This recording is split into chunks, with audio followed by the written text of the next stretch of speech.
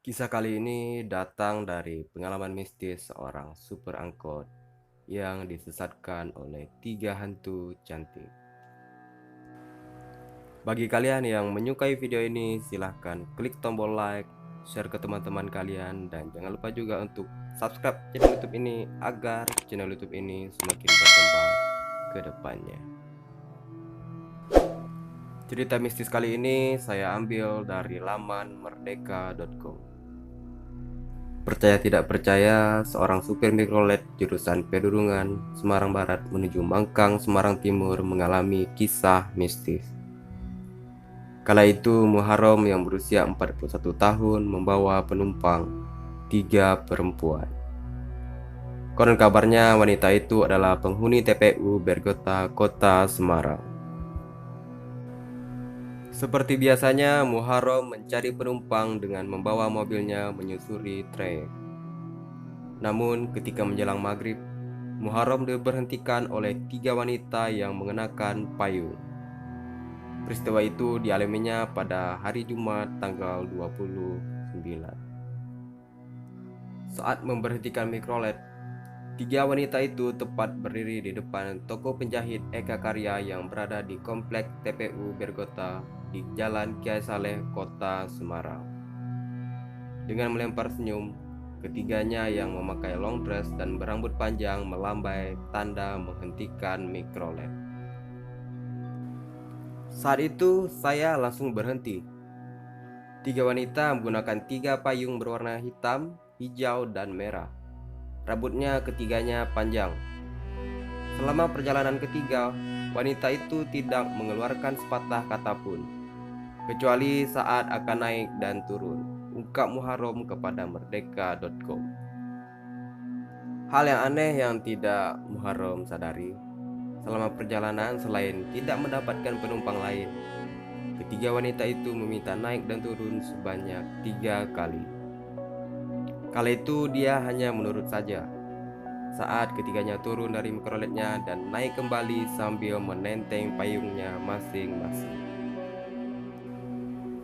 Pertama, ketiganya turun di Pasar Bulu di Jalan MGR Sugio Pranoto, Semarang. Kemudian turun lagi di depan kantor Bank Muamalat di Jalan Puspon Jolo, lalu naik lagi. Terakhir turun di Pasar Karangayu. Saya tidak menaruh curiga sedikit pun. Apa sih tujuan mereka naik turun selama 3 kali? Seperti terhipnotis oleh kecantikan mereka, ujar Muharram.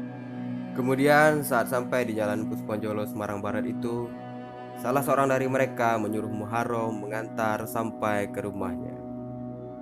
Mereka juga berjanji akan menambah ongkos sebesar 3.000 sebagai tambahan uang bensin. Mereka bilang, "Mas, antar saya sampai ke rumah ya. Nanti saya tambahin 3.000." Saya akhirnya menuruti permintaan ketiga wanita itu.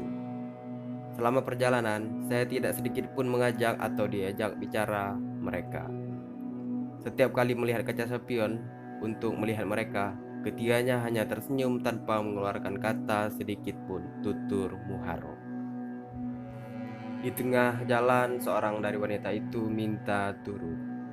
Tepatnya di satu wilayah perkampungan namanya Kampung Roro Jonggrang, Semarang Barat. Dirinya merasa sangat kaget karena di depannya tiba-tiba ada sebuah rumah mewah layaknya istana megah. Ketiganya turun memberi uang tambahan kepada saya. Wanita pertama dan kedua memberikan uang melalui lubang kaca pintu kiri. Kemudian wanita yang terakhir memberikan uang lewat lubang kaca pintu sebelah kanan dalam posisi dirinya menyetir, ujar Muharram. Bulu kuduk Muharram merinding ketika tercium bau menyengat. Saking wanginya, dia sampai menengok ke belakang. Namun alangkah kagetnya ketika menengok kembali ke depan kompleks rumah megah itu berubah menjadi kuburan. Hanya terlihat batu nisan dan patok, ungkap Muharram. Posisi mobil Muharram berada di pinggir jurang, dan kedua ban depan mobilnya terganjal oleh sebuah pondasi talut jurang itu. Menyadari mobilnya akan terjebur ke jurang, Muharram berupaya untuk menghidupkan mobilnya yang sempat macet. Usai ketiga wanita itu menghilang. Saat saya starter berkali-kali tidak mau hidup, saya langsung sadar, baca bismillah 3 kali, dan akhirnya langsung hidup. Alhamdulillah, akhirnya dengan berupaya keras mobil saya hidup dan saya tinggalkan kompleks makam yang dikenal warga sekitar angker dan menyeramkan itu, kata Muharram. Setelah berjalan sekitar 3 km, Muharram kemudian istirahat sebentar untuk minum dan makan di warung nasi kucing yang tak jauh dari makam. Muharram lalu berkeluh kesah dengan penjual tentang kejadian itu. Memang di kuburan itu sering, Mas. Tidak supir mikrolet, tidak tukang ojek, sering dijebak dan disesatkan di kompleks kuburan yang dikenal angker dan menyeramkan itu. Untung saja sampean bisa selamat. Biasanya orang-orang yang disesatkan menghilang beberapa hari kemudian kembali dalam keadaan gila. Bahkan ada yang hanya tinggal nama. Kemudian salah satu dari 3 kuntilanak itu juga sempat membeli nasi kucing sebelum kejadian yang dialami oleh Muharram. Pasca kejadian misterius itu, pendapatan Muharram kian meningkat. Pendapatannya tidak seperti hari-hari biasanya yang hanya cukup untuk makan dan minum, serta membeli uang belanja ke anak dan istrinya. Sampai saat ini Muharram antara percaya dan tidak percaya dengan kejadian yang dialaminya tersebut. Sekian video dari saya. Semoga video kali ini dapat menghibur kalian. Sebelum saya menutup video ini, saya mau menghimbau kepada kalian, jika kalian memiliki pengalaman mistis, silahkan tinggalkan di kolom komentar. Terima kasih yang sudah menonton. Jangan lupa jika kalian suka video ini, silahkan dengan cara like, share ke teman-teman kalian, dan jangan lupa juga untuk subscribe YouTube ini agar channel YouTube ini semakin berkembang ke depannya.